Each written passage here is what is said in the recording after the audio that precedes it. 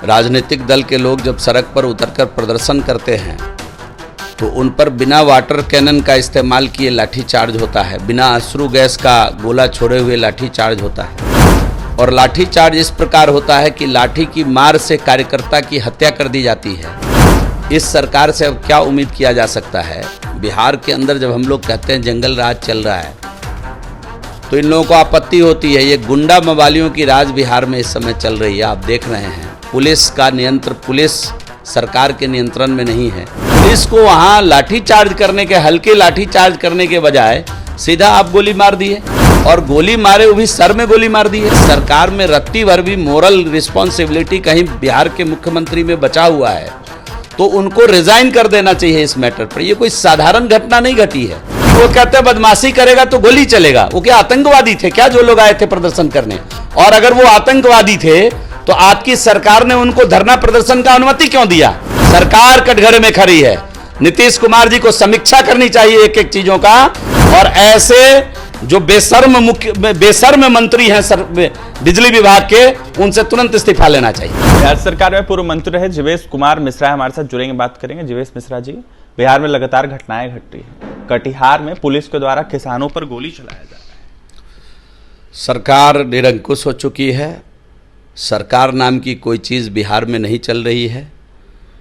राजनीतिक दल के लोग जब सड़क पर उतरकर प्रदर्शन करते हैं तो उन पर बिना वाटर कैनन का इस्तेमाल किए लाठी चार्ज होता है, बिना अश्रु गैस का गोला छोड़े हुए लाठी चार्ज होता है। और लाठी चार्ज इस प्रकार होता है कि लाठी की मार से कार्यकर्ता की हत्या कर दी जाती है। इस सरकार से अब क्या उम्मीद किया जा सकता है? बिहार के अंदर जब हम लोग कहते हैं जंगल राज चल रहा है तो इन लोगों को आपत्ति होती है। ये गुंडा मवालियों की राज बिहार में इस समय चल रही है, आप देख रहे हैं। पुलिस का नियंत्रण पुलिस सरकार के नियंत्रण में नहीं है। और जहाँ तक कटिहार का सवाल है तो आपको मालूम होगा कि कटिहार में जिन लोगों ने जो धरना प्रदर्शन कर रहे थे उसको वहाँ धरना प्रदर्शन करने की अनुमति सरकार ने दी थी। सरकार के अनुमति के बाद वो लोग धरना प्रदर्शन पर बैठे थे। सरकार जब अनुमति देती है धरना प्रदर्शन का तो सरकार की नैतिक जिम्मेदारी होती है। हम लोगों ने भी सरकार चलाया है। सरकार की नैतिक जिम्मेदारी होती है कि भीड़ का असेसमेंट करे, भीड़ का आकलन करके फोर्स डिप्यूट करे वहाँ।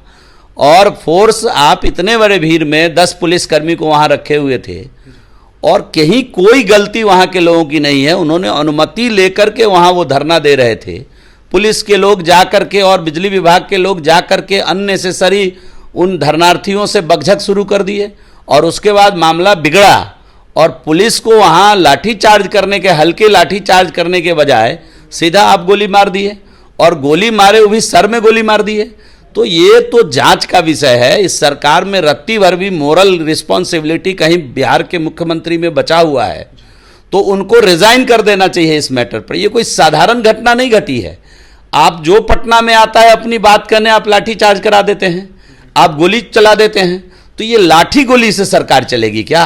लोकतंत्र में वो आतंकवादी नहीं ना थे। जो लोग बिजली के लिए मांग कर रहे थे, किसान हैं, आप जा करके देखिए पूरे बिहार में सुखाड़ हो गया।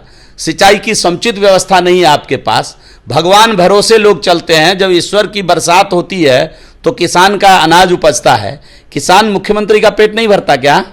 किसान बिजली मंत्री का पेट नहीं भरता क्या?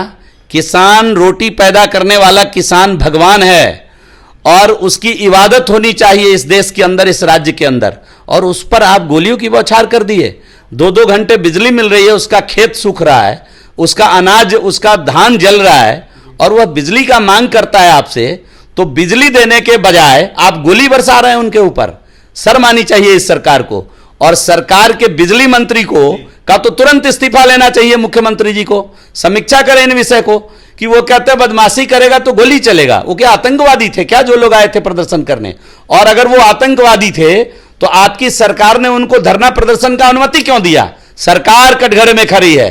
नीतीश कुमार जी को समीक्षा करनी चाहिए एक एक चीजों का, और ऐसे जो बेशर्म मंत्री हैं बिजली विभाग के, उनसे तुरंत इस्तीफा लेना चाहिए। सर सवाल ये है कि अध्यादेश सर सवाल ये है कि लोकसभा में अविश्वास प्रस्ताव जो है वो सामने निकल के आया है, स्पीकर ने एक्सेप्ट कर लिया। ये कौन सी बड़ी बात है? ये तो हमारे देश के यशस्वी प्रधानमंत्री जी ने 2018-19 में कह दिया कि 23 में अविश्वास प्रस्ताव लाएंगे, तो ये तो भविष्यवाणी उन्होंने पहले कर दी थी। तो अविश्वास प्रस्ताव लाए हैं तो उस पर डिबेट होगा, देश की जनता देखेगी, देश की जनता संतुष्ट होगी, देश की जनता एक एक चीज को देखेगी, कौन कहाँ खड़ा है, कितने पानी में खड़ा है और क्या मतलब होता है अविश्वास प्रस्ताव का।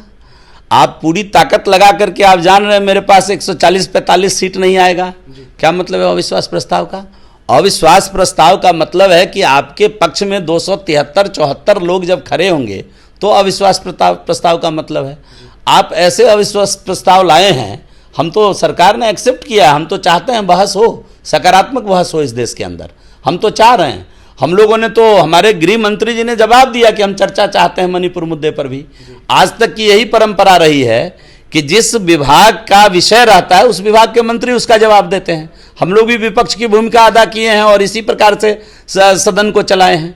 तो ये अराजकता तो नहीं चलेगा देश के अंदर। नरेंद्र भाई मोदी बैठे हुए हैं देश के शासनाध्यक्ष के तौर पर, देश के प्रधानमंत्री के तौर पर, तो अराजक स्थिति बना करके सदन को चलाना चाहिएगा, वो तो नहीं चलेगा। बिल्कुल, अराजक स्थिति बनाकर सदन को चलाना चाहिएगा तो नहीं चलेगा। जीवेश कुमार मिश्रा बिहार सरकार में पूर्व मंत्री रह चुके हैं। जिस तरीके से कटिहार घटना हुई इसको लेकर बिहार सरकार पर सवाल खड़ा कर रहे थे और जमकर निशाना साध रहे थे। बिजली मिनिस्टर जिस तरीके से बिहार सरकार में नीतीश कुमार के वीरेंद्र यादव उनसे इस्तीफे की मांग कर रहे थे तो वहीं कार्रवाई करने की बातें कर रहे थे, तो वहीं जिस तरीके से अविश्वास प्रस्ताव आया है इसको देखते हुए जीवेश मिश्रा ने साफ कहा है कि हम चाहते हैं डिबेट होना चाहिए, हम अपनी तमाम बातें रखेंगे। देखा जाए तो अविश्वास प्रस्ताव को देखते हुए हम तमाम चर्चाएं करेंगे और भी तमाम खबरों के लिए NBC 24 के साथ बने रहें। पटना से सहयोगी आशीष के साथ अभिषेक की रिपोर्ट।